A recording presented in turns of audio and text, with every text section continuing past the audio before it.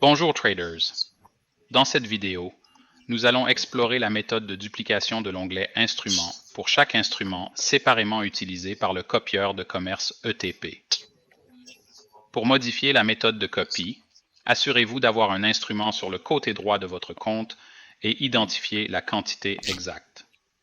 Cliquez sur la petite roue dentée et une fenêtre pop-up s'affichera. Maintenant, vous pouvez changer la méthode de copie de la quantité exacte.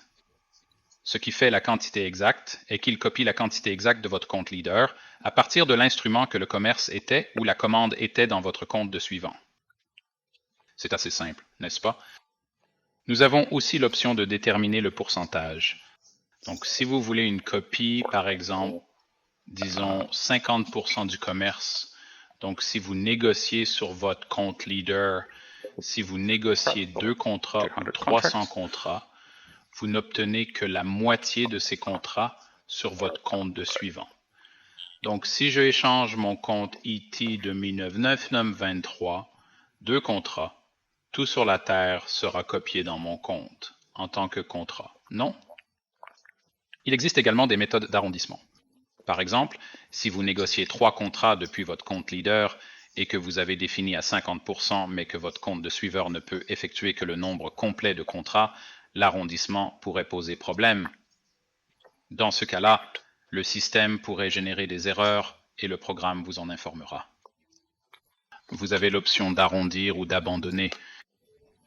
Évidemment, l'arrondissement est principalement la meilleure idée d'arrondir.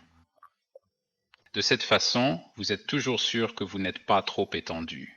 Mais arrondir signifie que si c'est 1,5, il va arrondir à 1 si c'est arrondir. Si c'est 1,5, il va arrondir à 1. Sans arrondi, il pourrait rester 1,5 et le programme vous le signalera. Puis vous pouvez également arrondir les décimales. Maintenant, pourquoi nous utilisons l'arrondi, et je l'affichais sur les fonctionnalités, mais cela est principalement utilisé et en fait mieux utilisé lorsque vous échangez de cryptage ou de forêt. C'est là que vous pouvez réellement avoir les décimales et c'est là que tout ce truc vient réellement.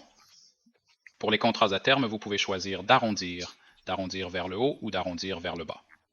Non, l'arrondissement est un peu risqué parce que si vous entrez avec 3, alors ouais, c'est beaucoup d'affaires de toute façon. Tout ce que vous avez à faire est de cliquer sur sauvegarder pour pouvoir sauvegarder cela et vous avez fini. C'est tout pour la méthode de copie. À vous voir dans les prochaines vidéos.